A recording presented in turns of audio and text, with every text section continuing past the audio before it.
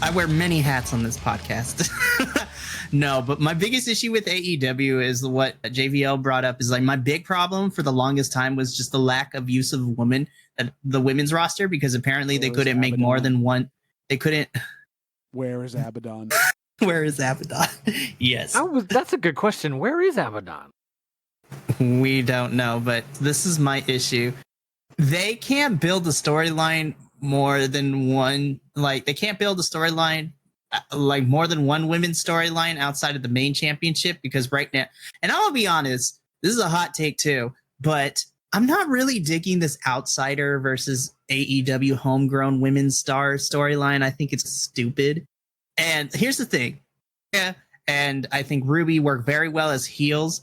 Tony is the only person that is in the outsider faction right now I'm having a really hard time trying to make her a believable heel, in my opinion. I was like, Tony, I love you, girl, but we don't need to talk when you're a heel. When you're a babyface, it's amazing. And then on the other side, you have the other women's championship, the TBS championship, and I'm getting tired. I'm like, you had Jade run through almost every single woman on the roster at this point for her 53-0 record. It's so freaking boring. I was just like, now it got good again, but I want Taya to be the one to take the title off her now that she's in AEW. But I'm just like, if they let Jade beat Taya, I don't know. And to your point, Professor, I think it's back to the people who do the booking and a combination of the booking and the storytelling, because leading into Revolution outside of MJF and Danielson, and then I'm going to give some credit to the triple threat, but that was done messily. Every other story built in going up into this pay-per-view for AEW's Revolution, outside of the two main championships, everything else was not built great. Now, I give a little grace to Jungle Boy and Christian because that was supposed to happen, but Christian got hurt, so this storyline has been pushed back since the injury. But oh my God, the Jericho Stark story built into the pay-per-view, I think was the worst built story of all the matches that happened at Revolution, because you had Starks beat Jericho a couple weeks before, and then Starks lost, and just the back and forth. I was like, you could have just left it there. This didn't need to be a pay-per-view match. That match was so bad, you guys. Like I was tough. We're all speaking to this too, I think, is that AEW has all the talent it needs. The stories are there, but they're not clicking all the time. And the ones that work, they ride too long. Yeah. Or they're going to someone gets injured midway through and then they put it on hold and can't pivot. And it seems like they have all their little brands in that sense of we have Dark, we have Dynamite, we have Rampage, we have these. So it's all working. What's missing is that polish that a WWE has had over the last 30 years to figure out and to plan Except for. over the last 10, they haven't had that. Like, literally, it's been since Hunter took over, it's finally started to be repolished. Yeah. That was the Dark Ages that I didn't watch. You're absolutely right. So yeah. I could talk about the Jericho and the fact that Go off, Professor. Go off and go crazy. Quick update. Abaddon is out with a collarbone injury. She's been out for 3 months. That's just letting you know that. Sorry. All I saw was out for the last 3 months. I didn't see the collarbone injury. Collarbone. What sucks is, and I already hinted at this earlier, the fact that folks like Jericho, I don't want to make fun of Jericho because everyone's making fun of Jericho, and Jericho's more athletic than me. Maybe. Chest than he does. I just don't know what's Jericho doing? Didn't sell any of those moves, almost botched one of the two of them, really could have gotten crazy hurt. He zoomed in on his bat, and you could tell it was the plastic bat. That pissed me off. Go look again, it's dented. So all these little things that drove me crazy. And whereas I have a soft spot for Matt Hardy because I grew up loving Matt Hardy, and I know Matt Hardy's injured and still out there fighting for it, I'm watching Jericho, and I'm like, Jericho, stop. Like, we're seeing it now. No. Be a manager, be a voice, be anything else, be an announcer, do all these other things. You can't. You're just watching someone deteriorate in front of you, and that's run the Jericho Cruise. Frustrating. Hey, run. The Jericho Cruise I laughed so hard when Ruby Soho put on a life vest during one of the matches and then was wrestling in a life vest. It was hilarious.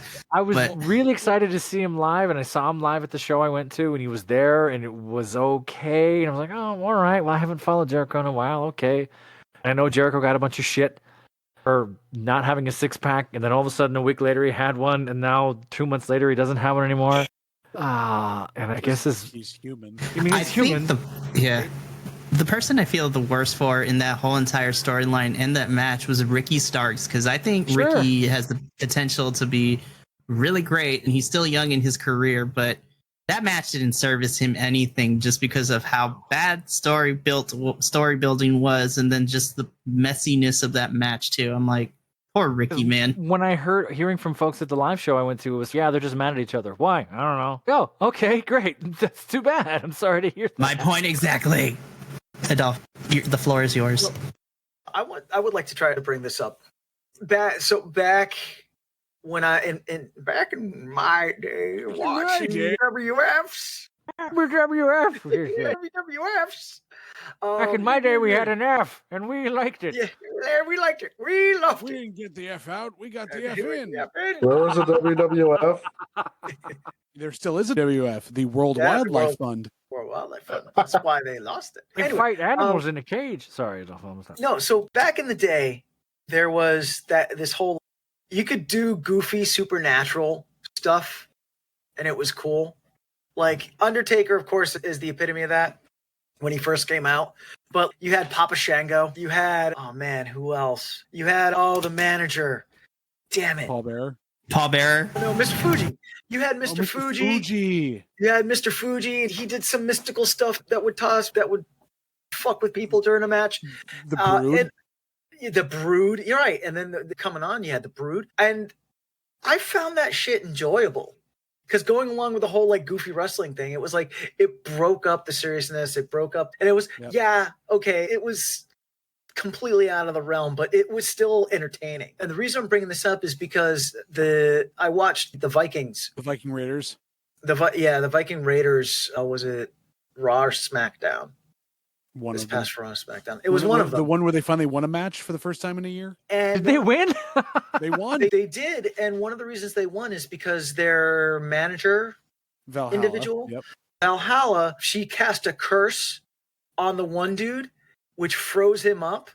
And on all the other wrestling review shows that I watch, like on YouTube and whatnot, they fucking lambasted that shit. And they were like, oh, we don't need any of that. Yes. I'm sitting here and I'm like, is there not room for that in wrestling though? I think that's partially also they're lambasting her for doing it, which is terrible because they're also the ones that are praising Bray Wyatt and all the Fiend stuff and everything else, which is just it's the misogyny in the damn thing. Yeah. This came up with a women's street fight a while back where Ruby Soho was bleeding as bad as Eddie Guerrero did against JBL, and she got shit for bleeding, and it's like they're wrestling in a street fight. This is going to happen.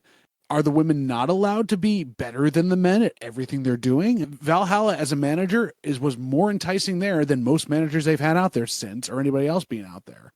Yeah, and like me as a viewer, I thought it was cool to actually see some completely outlandish curse shit Adolfo, going on. I'm going to send you some Abaddon matches to watch because you'll love that for nothing else, because she basically comes out like a zombie and crawls to the ring. And so she's supernatural. Yeah. She no sells, she kicks ass. But then I love Valhalla's curse, but I'm sorry, no one can curse Danhausen. Danhausen cursing, let's go. It is so beautiful. Yeah, that's another pet peeve of mine. Like all the spooky stuff doesn't work in this. Like it can work in this day and age. It's just done so poorly. Yell at him, please. He was not here for your entire rant on this, and now he's taking the other side of this. You misogynistic pig. You know what, JVL? You can fuck right up. You got rid of the wrong John. I'm still here. No. What the fuck just happened? The professor got pissed and like rage quit. Oh, I heard everything. I had to run to the bathroom, so I turned you up really loud. So my whole house heard everything you were talking about. Danhausen cursed him so hard. My words were so moving for you. Did I have to leave for a second? They gave you a movement. Because exactly. I had to be in on this conversation. I agree, though. I miss the supernatural shit. And if you haven't seen the Papa Shango meeting Baby Shango at the convention, it's the most adorable, awesome thing. Have you seen this, Adolfo? No, I haven't. I'm awesome. I'm going to ruin it a little bit, but I'm going to send it to you anyway. This kid walks up dressed perfect Papa Shango, maybe 6 or 7 years old, and he's all excited. I'm going to meet Papa Shango. And you see, he's Chris something. I can't remember his name. I used to know his name. And he's standing there, and he's at the table, and he's dressed, and he looks over and he just goes, "Oh my God." And you see it on his face, and he kicks and goes, "Hello," and just goes right into the character. And the kid holds up the staff, and he goes, "Careful with that. Careful now. It's powerful." And you just see this little boy light up, and you're like, "Oh, that's why it works." So I love the supernatural shit and the spooky shit and the curses and things. And there's a part of me that thinks maybe that's what's missing from some of these archetypes and these big characters is that That's what I was. soulful thing. That's, I don't want to say spiritual because that's not necessarily what I mean, but that the weight of some of this stuff. Oh, I missed watching wrestling as a kid and watching The Undertaker come out, and it's just the really shitty animated lightning bolts hit the corner of the ring. Yes. And then the sparks Yes. go out, and The Undertaker is there, and I don't care what this is, or Kane always somehow getting the fire to come out of the corner post. Sure. Yeah. All that Don't get me wrong. crazy mystical Except when stuff. it didn't. I love. Except when it didn't. I love my supernatural stuff in wrestling. Like, I grew up on that stuff as well. But at least in the modern iteration, there's very few people that are doing it right. So, okay. So Bray Wyatt, I love Bray Wyatt to death. I just don't know. I don't know what the fuck's happening. Like, this is long term. He doesn't Maybe- know what's happening. Yeah, because it's when he came back, I was like, okay, you know what? I can dig this. For a couple weeks, this was cool. And then since Royal Rumble, I was like, what the fuck is happening? But House of Black, I think, is a good example of how to do the supernatural, but I want more from them. And I know they can. Dawn is perfect for that. But there are so many current bad examples of supernatural shit. And I'm just looking at this. I'm like, really? Technically, it's not supernatural, but like, I don't like the schism. Isla Dawn's witchy stuff needs to be upgraded.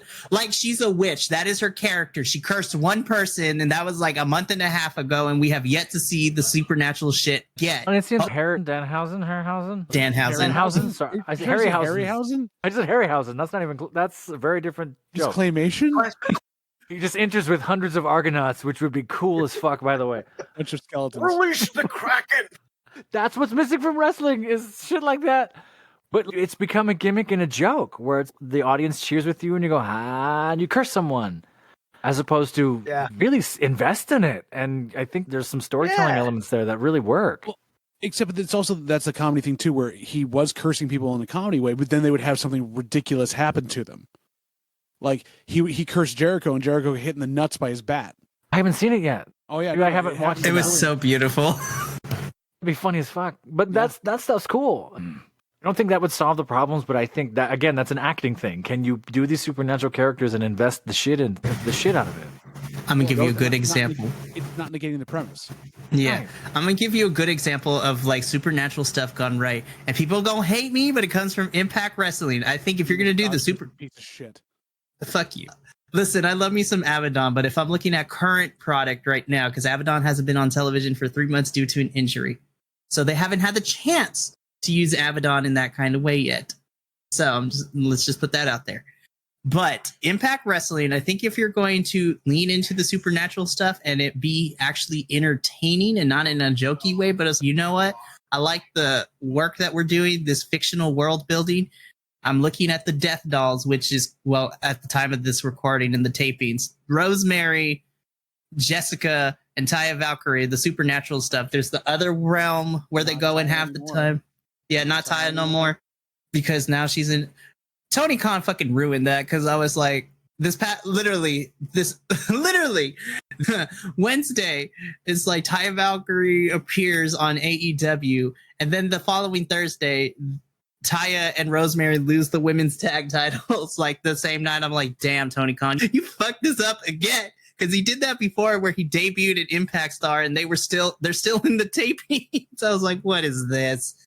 But the Death Dolls is a good example. I'm still trying to feel out how I feel about the new tag team champions of the Coven, which is, I want to say it's Ali Kitsch, I believe, and Taylor Wilde. I'm just like, Taylor, if we're going to go with the like tarot cards, like spookiness of it, I need you to lean in more into it, because right now it's not working for me. And I was getting on board with it when it looked like she was going to feud with Killer Kelly, which, by the way, Killer Kelly is great. I'm just saying. But I don't know. That's one of the few archetypes I have problems with, not in wrestling, but it's just, I've had so many modern bad examples of it being terrible that I was just like, if we're not going to commit and we're not going to lean into it a little bit, then I don't want to see it on my screen. It's for me personally, it feels like you got to give me 110% with it or don't do it at all. Because I'm like, there's no in between when it, for me personally, that comes with that kind of shtick. And I think it can't be something that's, let me try this and see if it works. Because now you've come in with the wrong intentions, right? You've come in with, let me experiment. No, you have to be all in or we're not going to buy it. Yeah, you like gotta commit. The spooky archetypes don't work for me, and then the cult faction archetypes don't work for me either. Especially the same reasoning. If you don't lean into it, like there's no point. That's what made Mankind so scary. Was that Mankind was there was this weird supernatural element, and it was also, that's also a serial killer. Like you were all in on, you bought it. 100 and Undertaker for sure. It's almost like horror movies, how there's always like this 8 or 9 year cycle of for 8 years we're doing supernatural horrors. For 8 years we're doing slashers in this. For 8 years you fall asleep and you're going to die in your dreams. Whatever, like that sort of thing. And there was a good, maybe even about 8-10 years or so where it was like the supernatural creepy shit is working. And then it wasn't cool anymore. And now it's become... I'm sorry, go ahead. But no, I feel like the supernatural stuff also hasn't worked because every supernatural person brought up in the modern age has been built as a monster, like the unkillable demon or whatever else it is, versus like just someone that uses trickery in certain ways to be able, like House of Black right now. Yes, they have an edge to them that could be said we're monsters, we're unkillable, but they're not. They're really just using psychology of the supernatural to fuck with people's heads. It's the 13th Warrior. The darkness, we're there. It's the 13th Warrior, right? Where like Exactly. when he stabs the Viking guy and he goes, "Oh, he's just a man. He's just a man." And then Antonio Banderas murders 20 people. Exactly. Very much the same thing. But everyone else that's trying to do it is trying to be that thought of unkillable, unbeatable, and you can't book a wrestling show around someone that is unbeatable in this day and age out of kayfabe because that just doesn't work. Unless your name's Roman Reigns. But he was beatable before he was unbeatable. I swear to God, Cody has to beat him. I miss the really stupid stuff that like they did. Like it won't work, but like the Shock Trooper or the Gobbledygooker. The Shockmaster? Yeah. Oh my God, Shockmaster, the Gobbledygooker. See, some of the dumbest things, but some of the most iconic memories. Some of those dumb ideas, like, and this is a big pet peeve I had, like back like 7-8 years ago with WWE.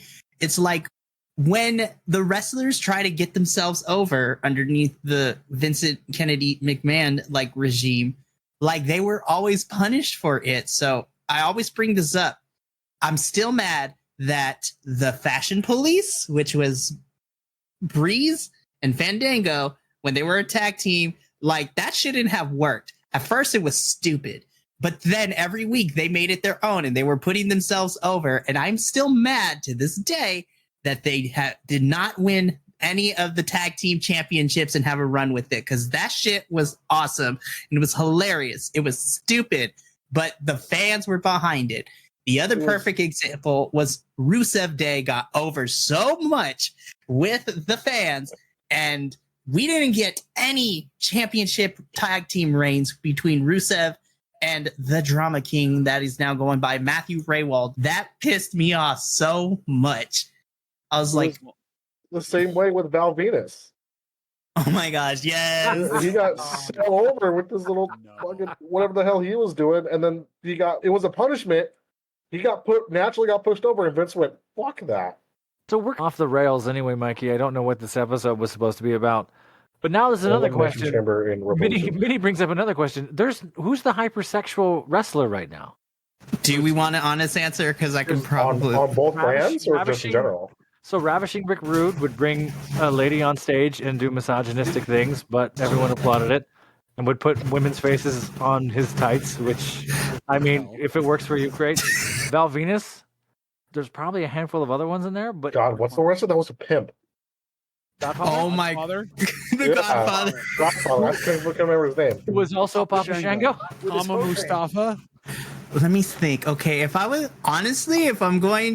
looking for that one wrestling character that's kind of a piece of shit, and even to this degree, not even kind of misogynistic, I don't even want to say it because it's not even that bad. But like honestly, the only thing that comes to mind is Impact Wrestling. Johnny Swinger is the only one that I can think of right now. And you're the Garza. only one who watches Impact, so I don't know who you're talking about. Angel Garza. His whole Oh, thing was that, like, Angel Garza. That's Okay. right. I forgot about it. Angel I Garza. miss him and Umberto. Yeah, I need. Extreme, you have to invest all the way in this characters that sort of anchor itching stories that we want to watch. Those are things that are missing from wrestling everywhere. Those supernatural ones, those hypersexual ones. Would it be One of my bad if there was favorite- like a woman wrestler that just brings a different guy on stage every week? Carmella. There's Carmella. Like back in the TNA days, remember we had the Beautiful People faction There you of go. like Yeah. That would be Angelina I know that. Love Yeah. and Madison Rain. like give Now, me if we want to get like on the other end where people found them revolting, but that's just because of the stereotype they were played. I don't care what nobody says. I will forever and a day stand OBD from TNA. OBD is one of my favorites. She was like this redneck character. Like literally, one of her moves was she would attack people with her ginormous boobs. Like she literally was trailer trash the character. That was her character. Who is this? OBD? What? But see, here's the thing. Her character was like, how I feel about the character, but her wrestling was wrestling wise, she actually was really good. I miss OBD. give me a godmother, not a godfather. See how well that can get over nowadays. Right now. Sorry, Penelope. I should pronounce it correctly. I had to look her up. Oh. I know who ODB is. She's great. ODB is Old Dirty Bastard. OBD is a different person. Sorry, I had an old person moment. That's my fault. It's so good. That's a totally different joke. What are we talking about? What? There's Hey, gonna be Where am I? There's gonna be someone who just tunes in right at that part of Old Dirty Bastard, like, what? oh, Oh, this is a wrestling podcast. hey, when in my whip. Sorry, go ahead. But I think it's important when you need to have good storytelling and you need to have interesting characters, because when you put them together and they both work out perfectly, you create some very iconic moments, which kind of leads into what I do want to talk about. So at the time of this recording, we literally have less than 2 weeks away for Wrestlemania season. So the Professor and JBL had their chance to be on location to some of these things. So now it's going to be I witnessed one of the best storylines ever and one of the best matches in that storyline. So I am not sad I'm missing WrestleMania. Thank you very much. me and Minnie are going to be live on location at WrestleMania, where we potentially may see the culmination of said storyline. And you don't yell "fuck you, Roman" like I did at the top of my lungs in the middle of that bell. Listening to a pay-per-view, like this is the first pay-per-view I've ever watched live ever. WWE was Elimination Chamber, because it was so much easier to get them now than it was when I was watching wrestling. Hearing the live crowd and like listening to it, I've never heard this at WWE before. They always cut all the language out. Now I'm hearing "fuck you, Roman." It was on SmackDown the night before too. We started doing it on Yep. SmackDown. Yep. You can't stop it. Like it's But- AEW lets it go. But anyway, go Mikey, go. But me and Minnie will be live on location because y'all, this WrestleMania has the potential to be probably the one for the history books, because there's a couple of storylines that are amazing, but there's also some ones like storyline wise I'm a little worried, and I need them to start picking it up in the 2 weeks, because It's not going to happen. I feel like most matches are going to be great except for Lesnar and Omos.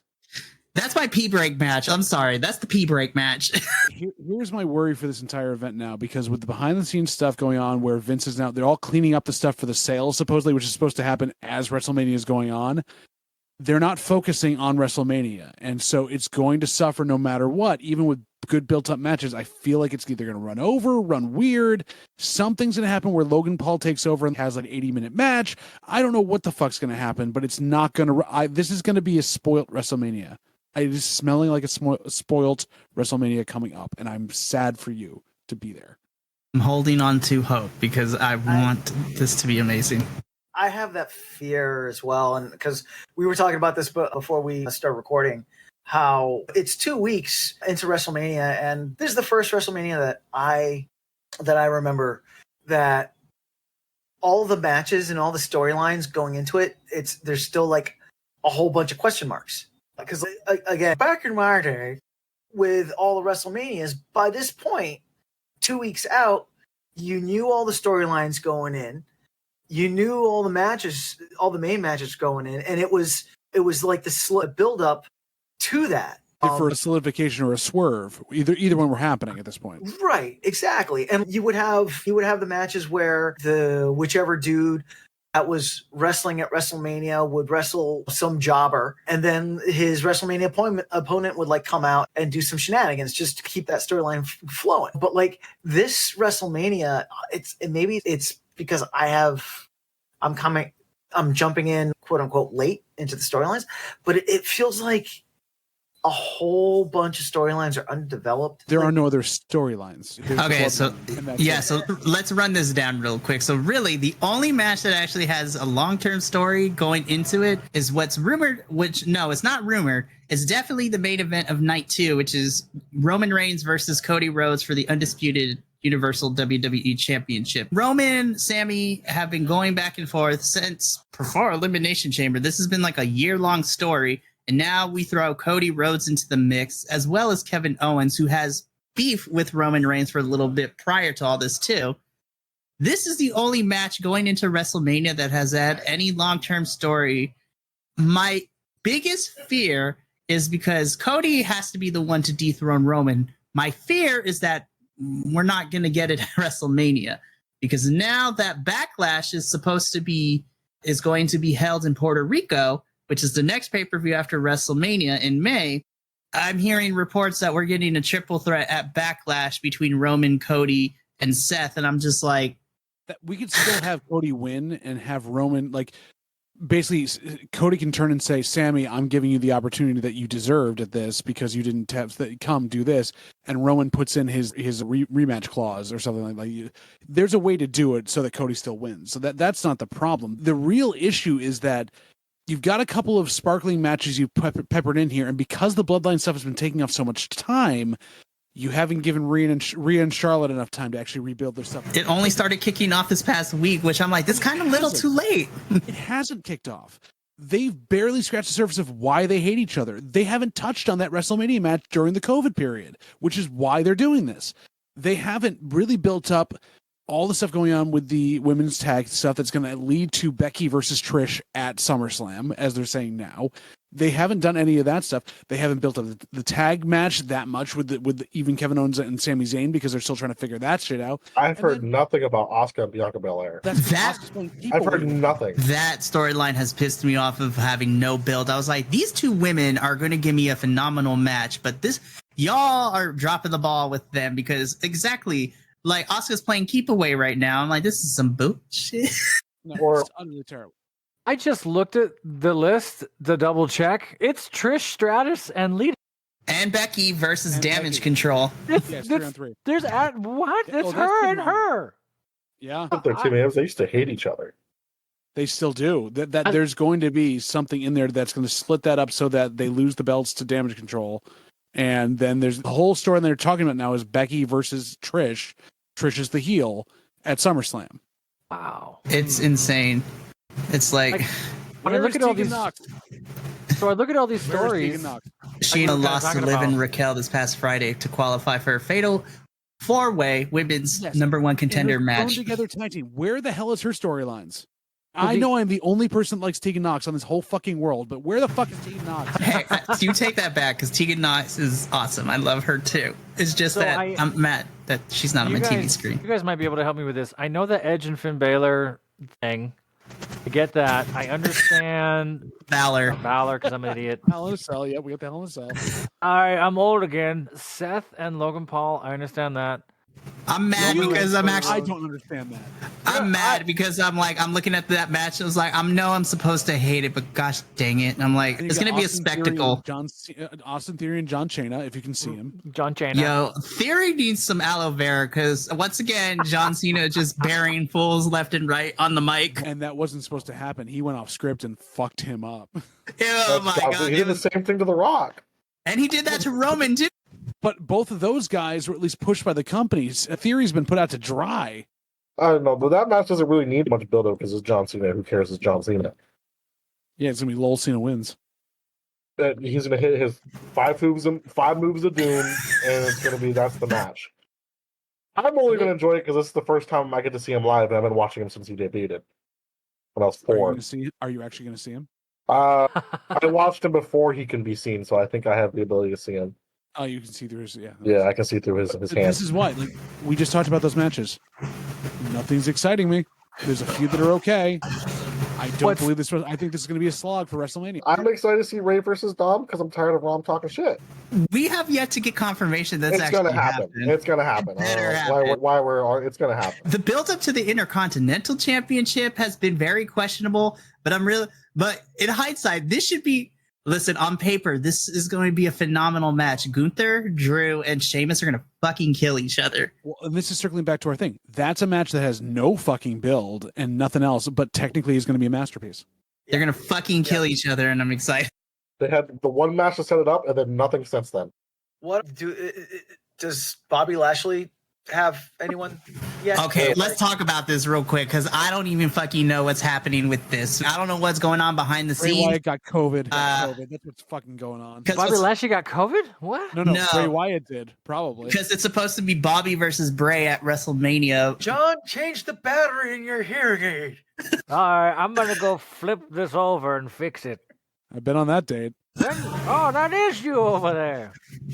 There's a reason why this is called the Bi-Conics, ladies and gentlemen, but continue. I'm gonna go back in the closet. Let me know when it's time to wake up. Been on that date too. 7 minutes in heaven. See, here's the thing.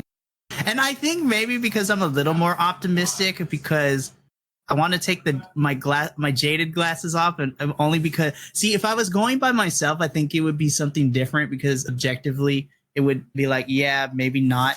But the fact that is because I'm going with friends to WrestleMania, I think on paper it may not be the best thing, but just because I'm with some good friends, honestly, that's how my approach is when I watch half of these pay-per-views. Anyways, it's like on paper, it's probably not going to be like 5 out of 5 stars the whole entire way through, unless you're New Japan. But even then, there's some questionable choices that have happened within the last couple of months. But we'll get into that.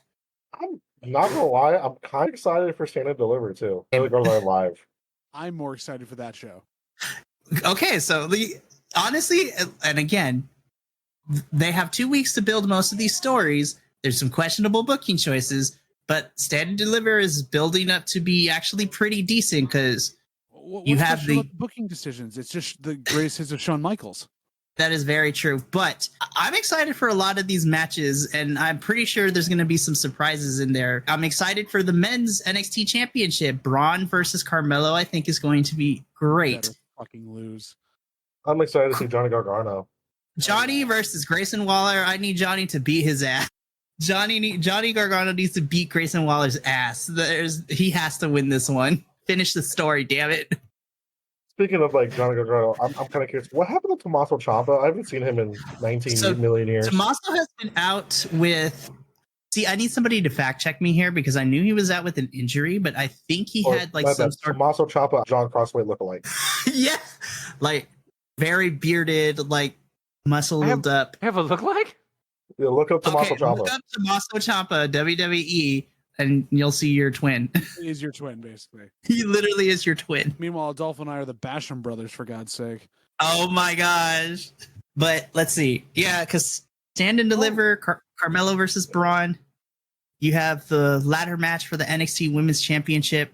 I swear to God, I already know what's going to happen. The last entrance is going to be Roxanne. I'm like, this is some bullshit. Why? But I am happy with who we have so far. Zoe Stark's going to kill girls. Gigi's going to pull out some crazy shit that I know she can do from her independent wrestling days. I hope Sol Ruca gets into that ladder match somehow because I think she was made for a ladder match. You just want to see her do her finisher off the top of a ladder. Yes, I do. Shut up. The Soul Snatcher is really great. I'm actually thinking that the women's tag team championship match will surprise me because the one they had at Vengeance Day was a lot better than it should have been. Looks awesome. I'm not going to lie. I'm really excited for the Fatal 5-Way for the North American Championship. This is who I want to see because Wesley gets to pick his opponents for it. If I was the booker, here's who I want to see. I want to see Wesley take on Axiom, Tyler Bates, Nathan Frazier, and who would be my other one? What's the last one that I had picked? Nathan Frazier, Axiom, Tyler Bates, and oh, you know what? NXT's new recent signee, Mr. Dragon Lee. I want to see those four and Wesley go at it. All the flippy dippy, like high flying crap. Give it to me now, but we shall see. Dippy high flying crap. If that's not Lucha Underground in a nutshell.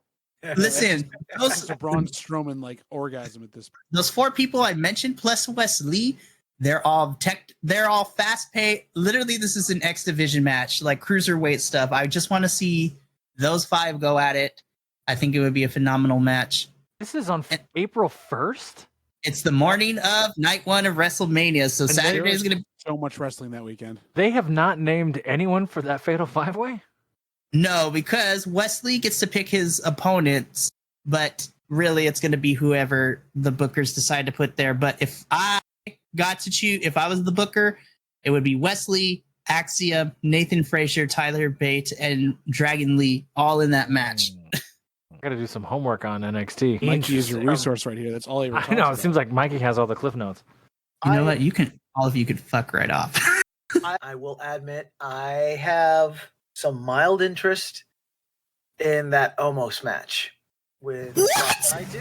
You know what? Can Before, you understand one on the podcast, please? Hey, so I can No. see it just because of what happened between Braun and Lesnar, where Braun accidentally kneed Lesnar in the face and Lesnar rocked him. That's the only reason why I'm interested, because I want to see Lesnar actually just rock almost because he sucks at wrestling. Why, Adolfo? Why? give us your thesis.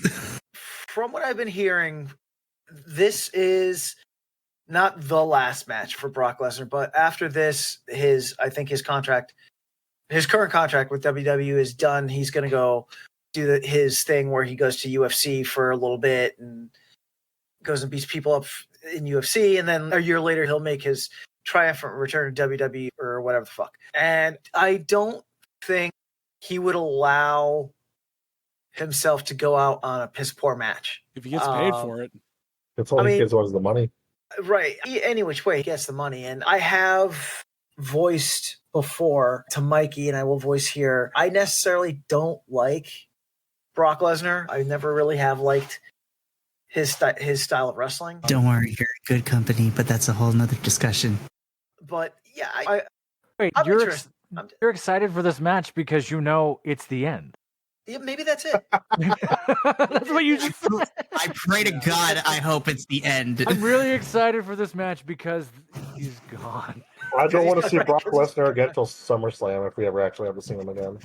I will give credit. There's been a few moments of this Brock Lesnar run that I've actually really enjoyed. One of them being SummerSlam from last year with the fucking tractor spot. But I'm feeling Adolfo's point there too, where it's like Brock is not. It's not gonna.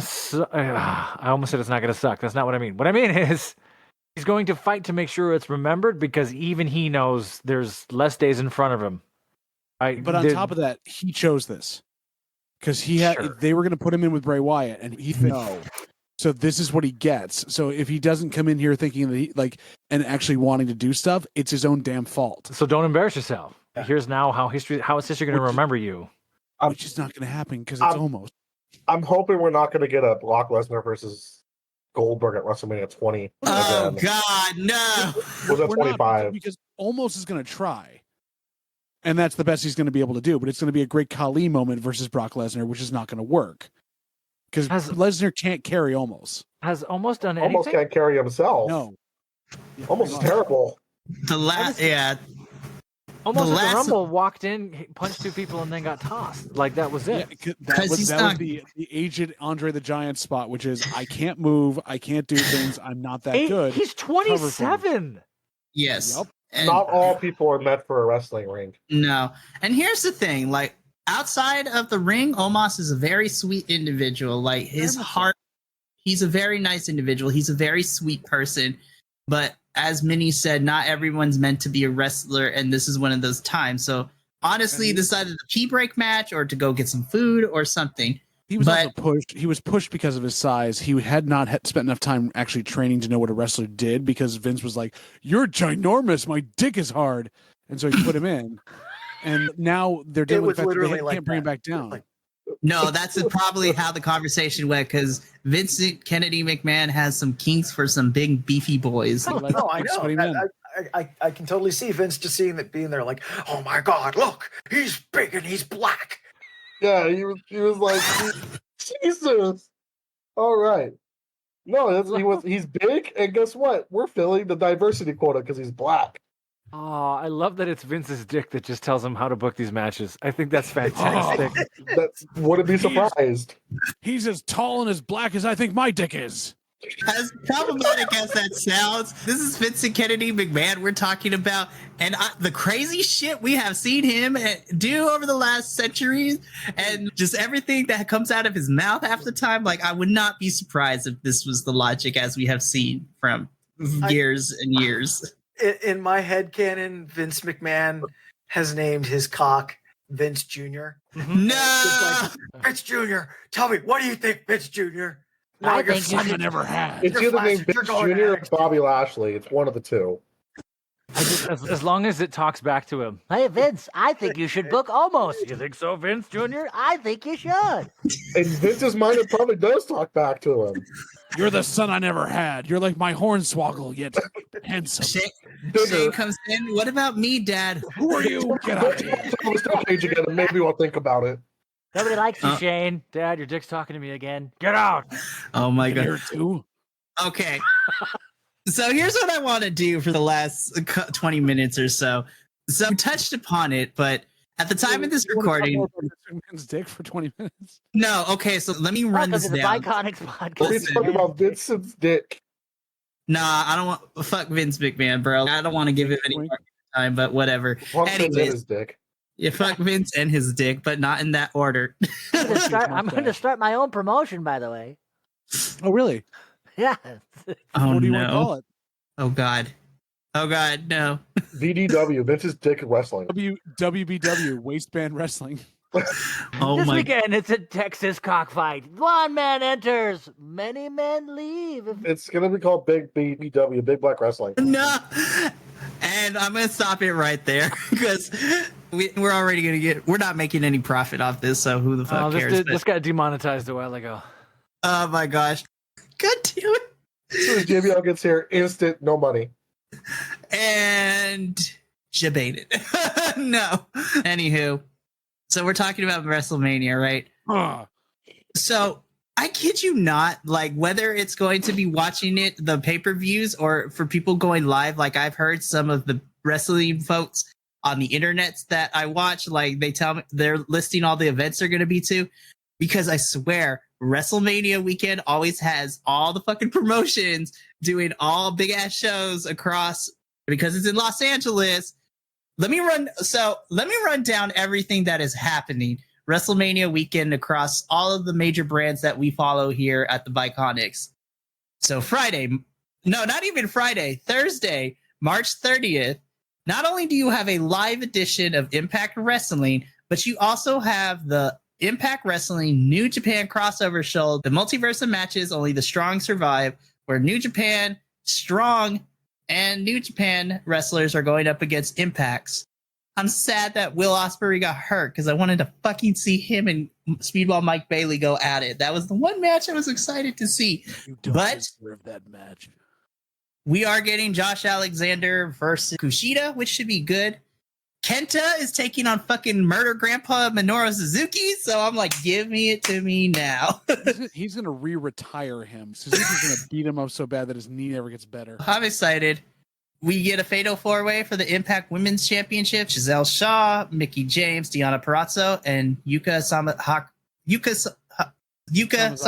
Yeah, I'm excited for that. Is that one where Mickie James, if she loses that one, she retires?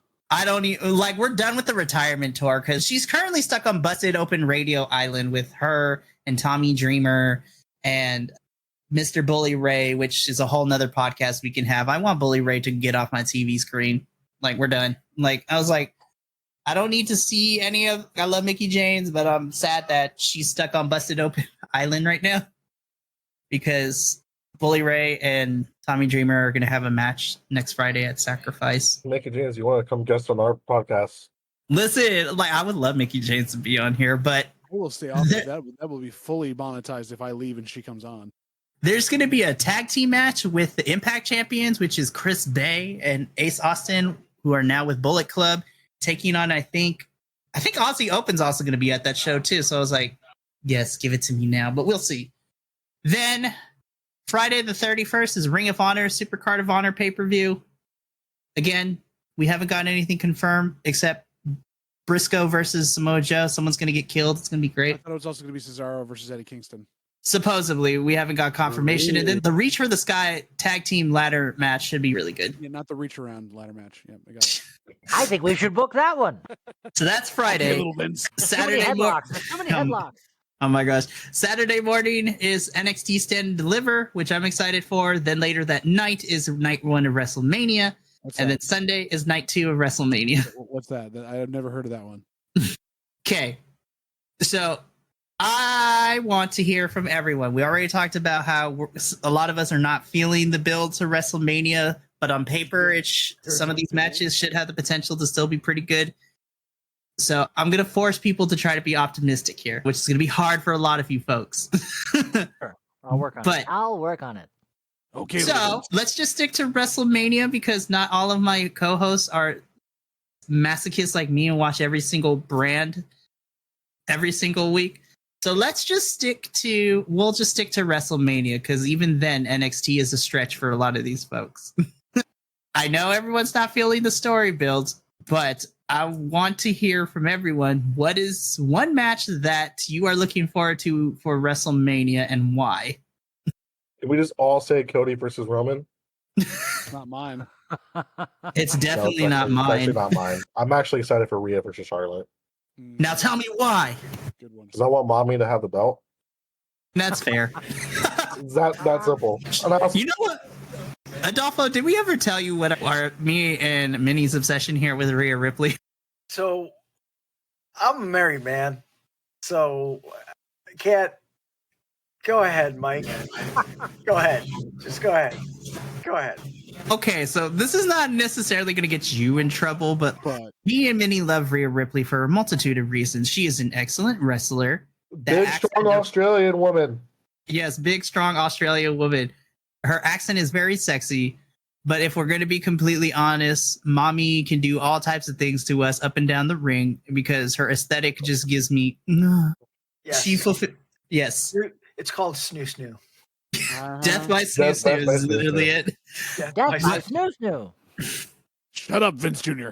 But honestly, if That's the the Vince story, Jr. We got the voice for Vince Jr. Holy shit! oh It's been no, done. gosh, no. But Discovered Minnie, a that's bit. We're not going to let it go. It's So not here's the the- mahogany table. so here's the thing, Minnie. I think we riot if Charlotte retains. I'm sorry, Oh, there's for no fuck's sake. possible. Oh, Rhea has to win this match. she's been pushed to the moon the past 6 months with Judgment Day. Fucking give her the belt. The other part of it is the only reason they turned Charlotte face was to face Rhea Ripley, and she's been horrible as a face so far. So they've got to get the belt off her so they can turn her heel again because it's not working. Yeah, Charlotte as a face is very hard for me to watch. Fine. I'm actually excited for just about every match except for the Almost match because this is my first live event I'm going to. It happens to be WrestleMania, the Super Bowl of WWE. So And I'm we're gonna excited for everything because I'm supposed to be like a child stuck in the headlights, like a fat kid in a candy store. Weirdo. I don't want to go to WrestleMania. I always want to go to the Royal Rumble. That's the one. I Oh, wanna go to. same. Oh, me too. But I'm just excited to go to a live event for the first time You're ever. gonna have a blast. I'm gonna Blast. shit myself. Yeah, I'm in the same boat as Minnie. I've been to a lot of Raw. I've been to some Raw and SmackDown tapings, but this is my first WWE pay-per-view, period.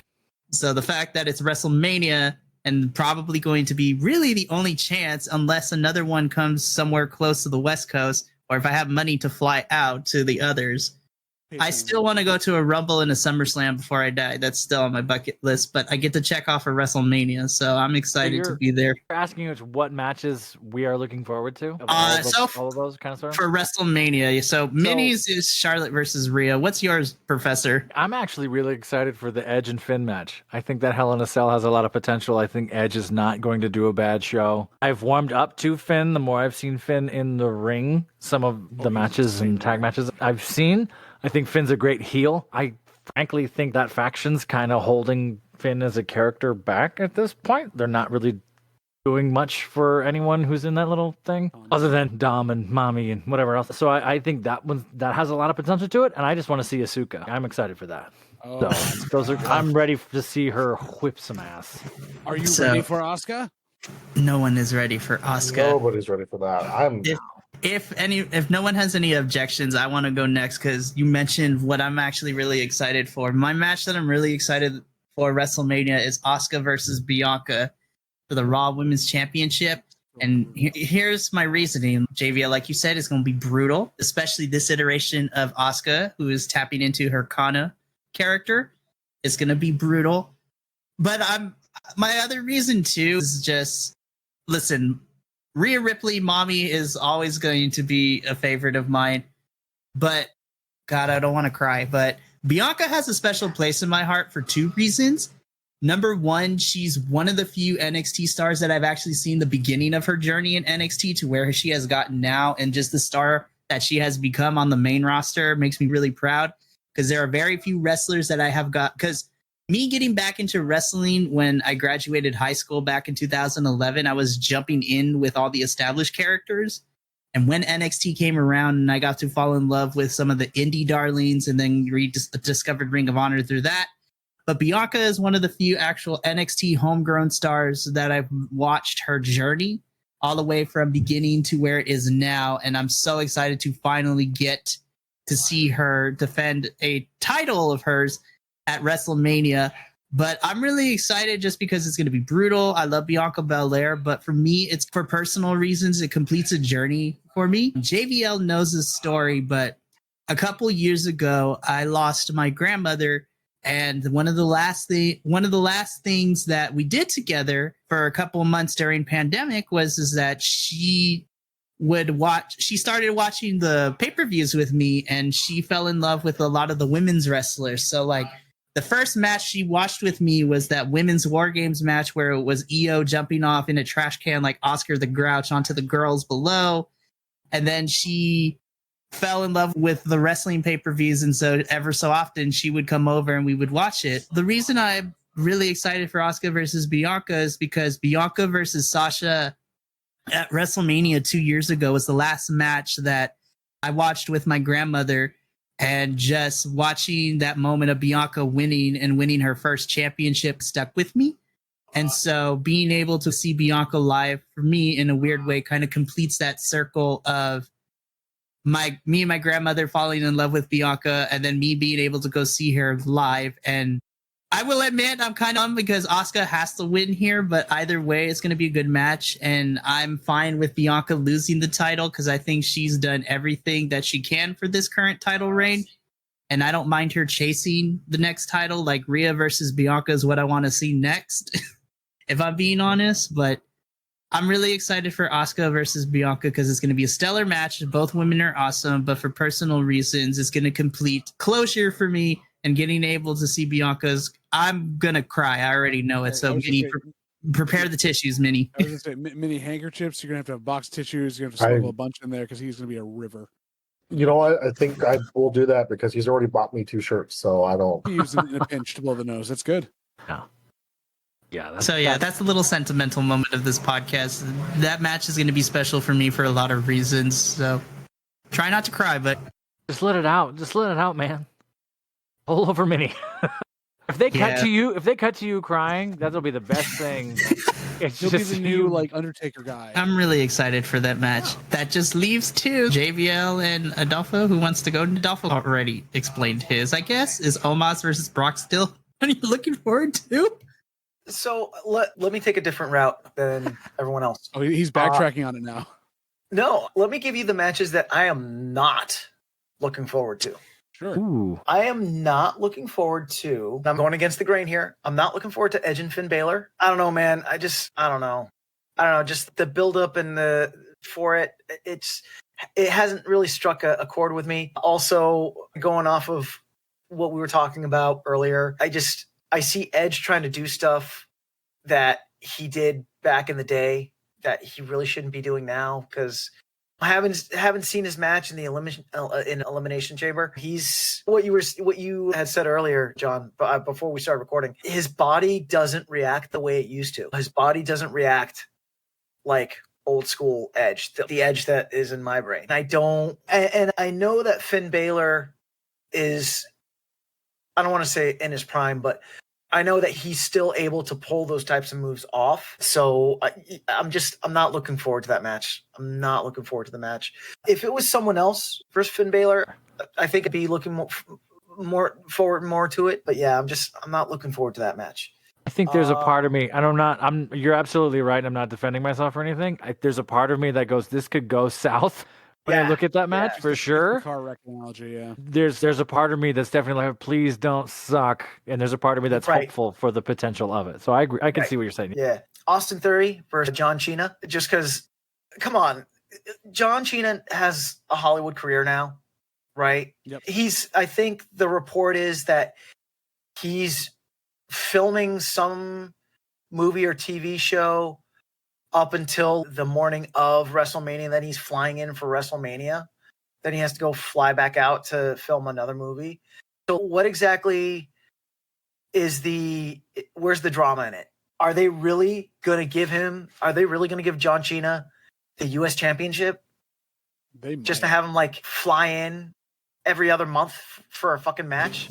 I have a theory on this, but I'll wait until you're done because I have a conspiracy theory. All right.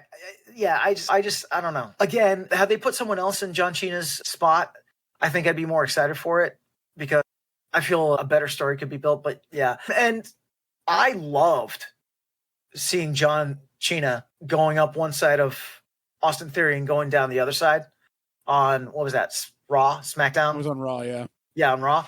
That was fucking cool as fuck. I have not seen such good microphone presence in a wrestler in a while until I saw that segment. Having said that, I'm not excited for that match. And then the last match that I'm like about is Seth Rollins Logan Paul, just because I wish I would have had a bigger build up with them. They couldn't have because Logan Paul only works certain dates. I know. And who the fuck is Logan Paul? Exactly. You know what I mean? I think from what I've seen, I think Seth Rollins is a really good wrestler. He's got a lot of good technical skill in the ring. Like pitting him against fucking douchebag, I'm not feeling it. So those are the matches that I'm not excited for. I dig it. I completely understand all the theory on that stuff, and it makes sense. And it's just they're thrown together and they're spectacle for the sake of spectacle on all those, which is a pain in the ass. Yeah, that's what it is. They're thrown together just for the sake of spectacle. Especially when the WWE roster, supposedly they have a lot of talent. They have a lot of talent that they're thinking about letting go. Why bring in Ninny douchebag from YouTube when you can bring up talent that will actually make a good match with Seth Rollins? You know what I mean? Synergy. Money. Synergy. Yeah. All right, JBL. That just leaves you. I just put it in the text about this, but the one that I'm excited about, which has no build whatsoever, but I just want to see really big guys slapping each other across the faces, is Gunther versus Sheamus versus Drew. The seeds were planted in the Royal Rumble for all of it, and yes, the Bang Bros, they are what they are to each other. I still hate that fucking name. It's so good. But to see them finally go there, I think there's going to be a heel turn for Drew in this match. And I think it's going to be worthwhile, built up with frustration, because Gunther is going to smack the shit out of everybody. He's going to retain and take it on through. And that's going to lead to Backlash, where we finally have Drew versus Sheamus by themselves. And that's amazing. In the islands of Puerto Rico, it's going to be so much fun. In the heat, with that pasty white-ass Irishman and the big Scotsman. But the match itself at WrestleMania is actually going to be good, too, because it's going to be like situated in the middle of the card, not in the pee break, but like right around there, like to boost the energy back up, which I think it's going to do perfectly, because again, you don't need much to do that with what they have, but it's going to be Gunther's coming out party because they said he wasn't, someone had said internally he wasn't ready to be pushed up to that next level, that like, even though they were thinking about dropping the IC title to get him up into the main event picture, this will be him proving, saying, I am not a face, I am not a heel, I am a wrestler who is now taken this as hard as I can. I have worked hard all year long, and now I'm going to move on and basically take everything that is dear to you all up there in the main event picture, because I've also proven in the Royal Rumble that everyone I went up against that's in that main event picture can have a good match with me. I agree. I'm so excited. Just as a side note, go ahead. I was going to say, I totally dig the whole Imperium shtick, right? Yeah. That's their faction, the Imperium. I totally dig that whole, like, when they walk out and they stop and they fucking stand at attention shit. That's fun. It's so good. It's so Seeing that live good. was so awesome at the Elimination Chamber. Seeing them come out and do that, and then seeing him work that match was insanity. It was so good. Yeah. Now, that was on SmackDown the night before. He was on SmackDown the night before. Yeah. Yeah. But in general, yeah, it's going to be a crazy thing there, and it's the break in the action you need, which is perfect. Listen, I think it's because I'm going with friends, like I said prior in this podcast.